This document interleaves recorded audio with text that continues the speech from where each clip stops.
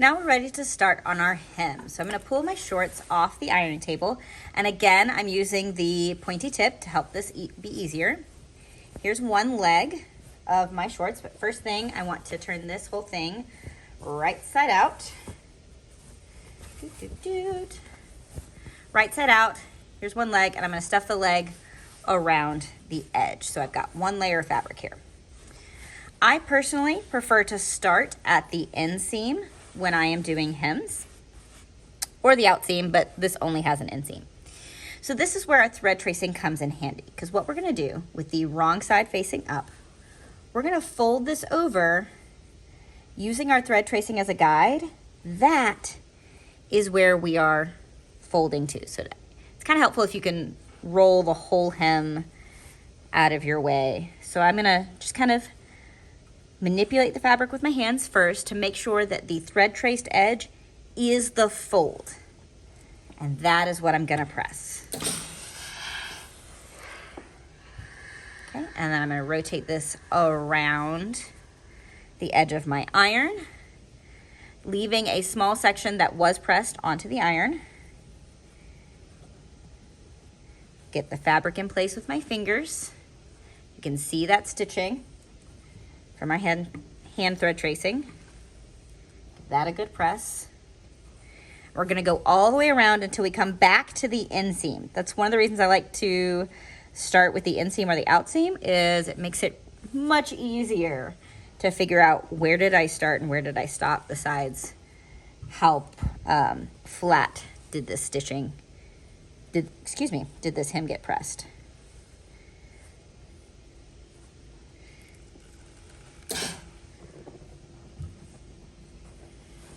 And we're almost back to the beginning. All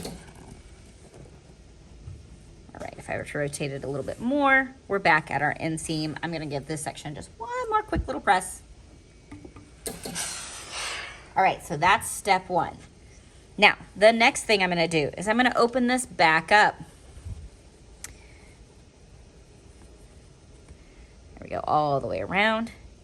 Now I'm going to take the serged edge of my shorts, fold it close to, but not over, this thread tracing line. You should still see your stitch line all the way around as you go. I'm going to partially fold this all the way around. That makes it a little easier to go.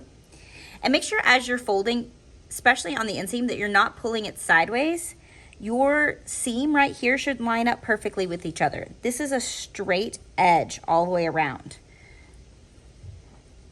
So now we're going to press that, but I'm going to be very careful that I'm keeping the edge of my iron off of the previous line that I pressed, because I don't want this line to go away. I need to still keep it there for the next step after this one. Okay. Folding two, but not over my previous line. And we're just gonna press all the way around.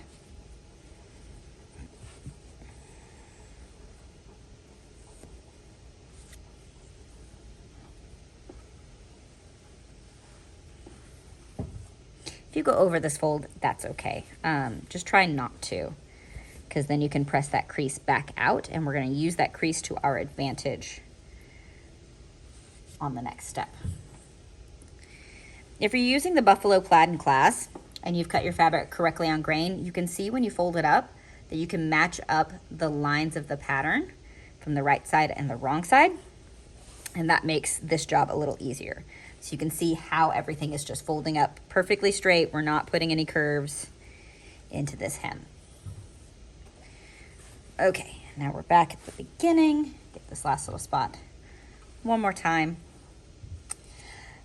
So now, this should naturally fold back on that first line you had.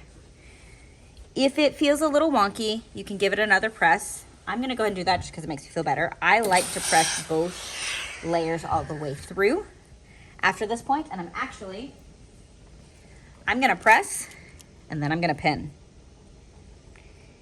You can put your pins in a couple of different directions. You can put them in perpendicular to the hem if you'd like, or you can put them in parallel. That's fine. I'm going to put mine in perpendicular for speed because when it's perpendicular, I can stitch over it.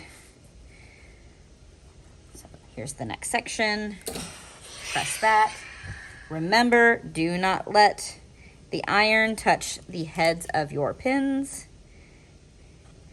because they're probably made of plastic and you don't want to melt them. The metal part's fine.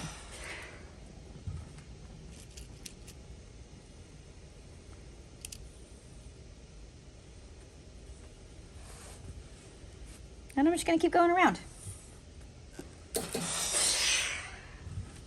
Giving it a second press at this step helps all of the fabric kind of hold on to itself so that it lines up where you want it to end up.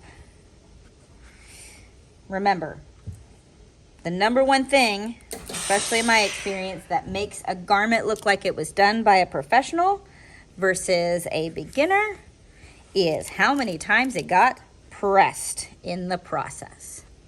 Okay, so that's one hem done. So take this off the iron and we're gonna repeat. That is not my hem, that is the top.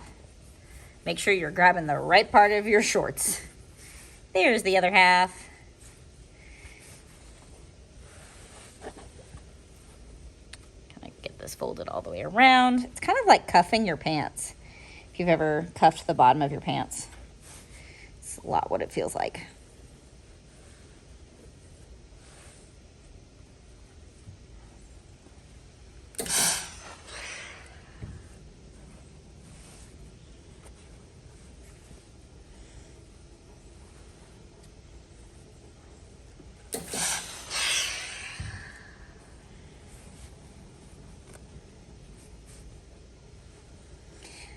I've seen before funny little diagrams that are a breakdown of what the steps of sewing a garment are. And it's always a little pie wedge, and the wedge that involves sewing is usually the smallest. And cutting and ironing are the biggest. I'll have to see if I can find one and pop one up somewhere around here.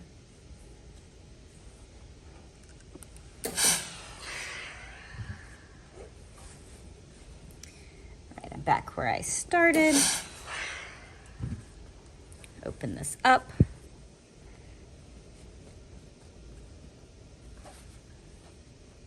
And this edge kind of got a little folded under because of how I pressed it, so I want to make sure all of this stays nice and flat, so I'm going to hit that little edge of the seam allowance there. Again, kind of fold this all the way around first. Fold two, but not over.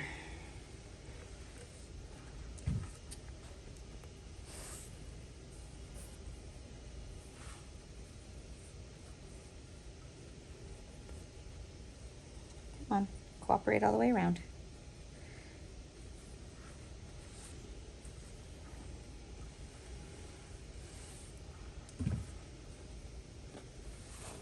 The edge of my iron is starting to get really hot now because I keep ironing in the same spot.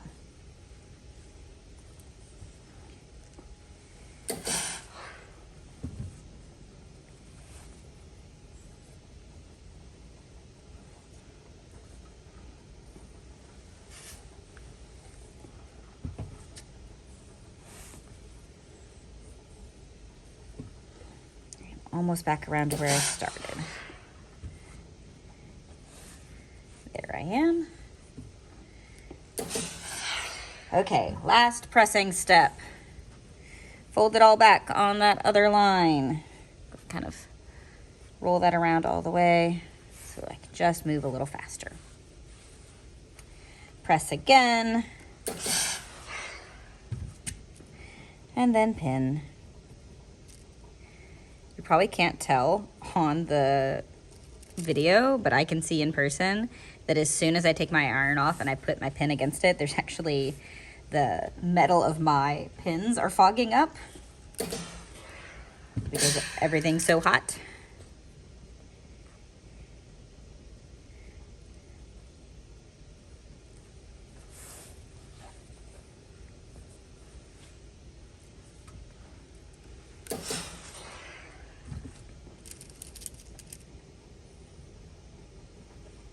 Whew, it's hot on my fingers. I do this work all the time though, so my fingers have gotten kind of accustomed to the heat. But just know, as you're working on this part of the process, your table is going to get hot and stay hot because you're ironing in the same place over and over again. So if it gets a little too hot for you, that's okay. Step away, take your shorts off, give them a little wobble to air out. Don't shake them hard and lose your work, but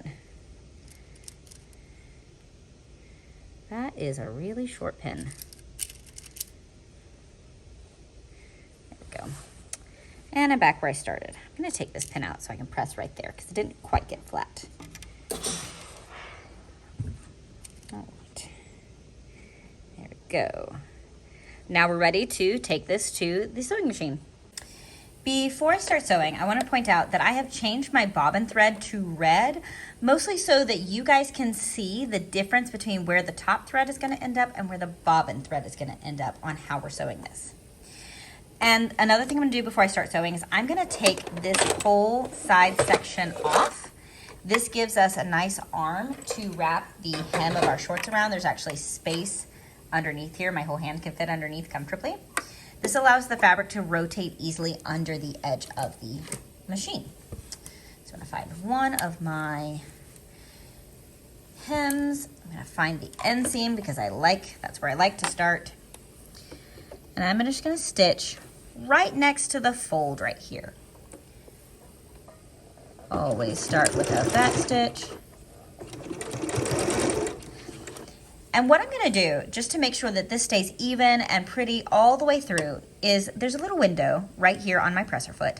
I am lining this folded edge up with the inside of that window. That gets my needle pretty close to the folded edge so that it has a nice clean look. I'm stitching through all these layers. It's close to the edge, just as nice and visual. As you're sewing, it is easy sometimes for the pins to get caught underneath here on certain things, so just make sure you slow down and stop if you feel tension coming from the fabric that's being pulled toward the machine. Periodically, you'll have to kind of shift the fabric around the arm.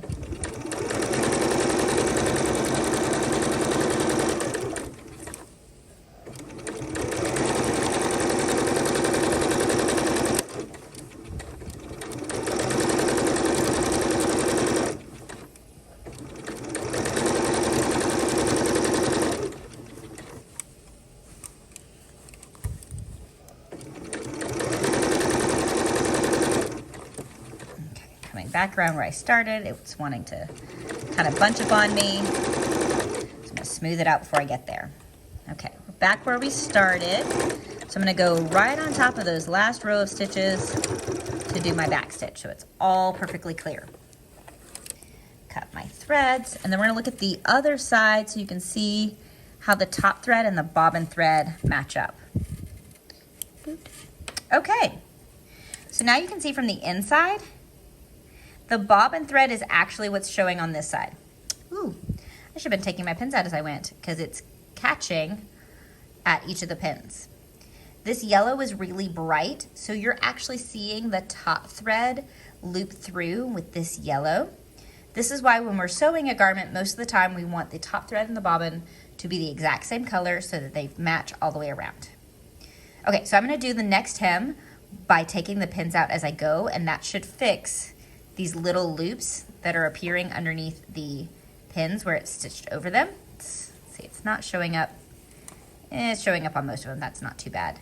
On a normal garment, like, this isn't a big deal. This doesn't mean that our stitching is wrong. It's just a little catch from the pins. This is one of the reasons why you should take your pins out as you go along. But this little loop right here and here, that does not affect the integrity of this stitching at all. It's still going to hold. Okay, we're going to come to the other side, and this time I'm going to take my pins out as we go along, and you should be able to see the difference. Get my pin tray better placed to... That's actually in my way. Take that first pin out. Again, I'm starting at the inseam, back stitch. Before I sew over it, I'm going to get this one out of the way.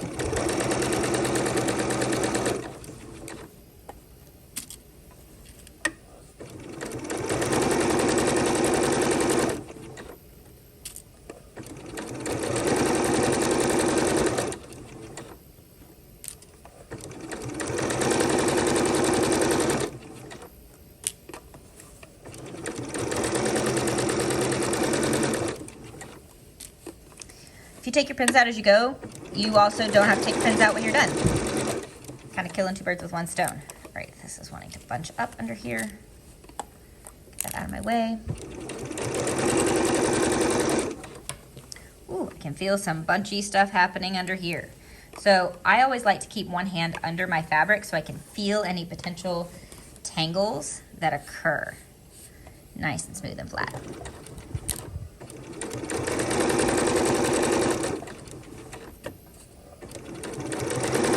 So make sure as you are sewing, you are feeling your fabric. If it feels like it gets thicker as you're coming up on something, that means that there's more fabric underneath that you can't see, but you can feel. It's really easy for students to accidentally sew one part together here that should not be part of this seam. Back stitch right on top of my other back stitching, and then take all this off. Okay, come here, threads.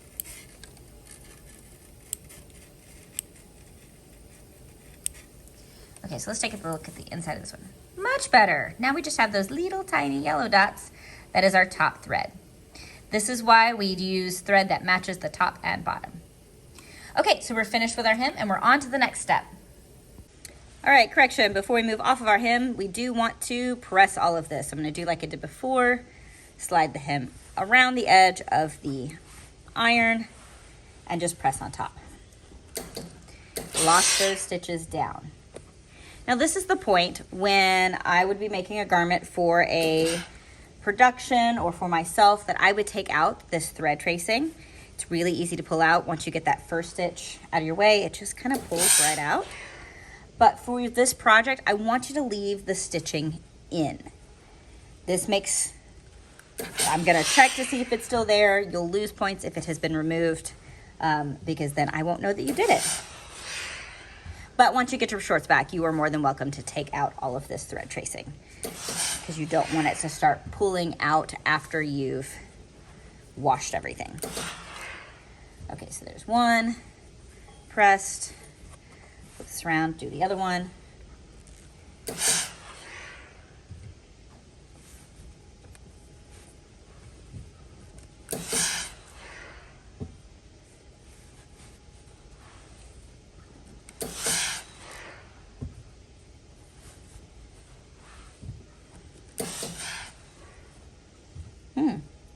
You can actually see little loops right here from where there was a pin on this side. The sewing machine that I'm working on apparently does not like to sew over pins. So if you see marks like this after you've done sewing, that means your machine does not like to sew over pins, so you need to be removing them as you go. All right, now we're done with our hems and we're ready for the next step.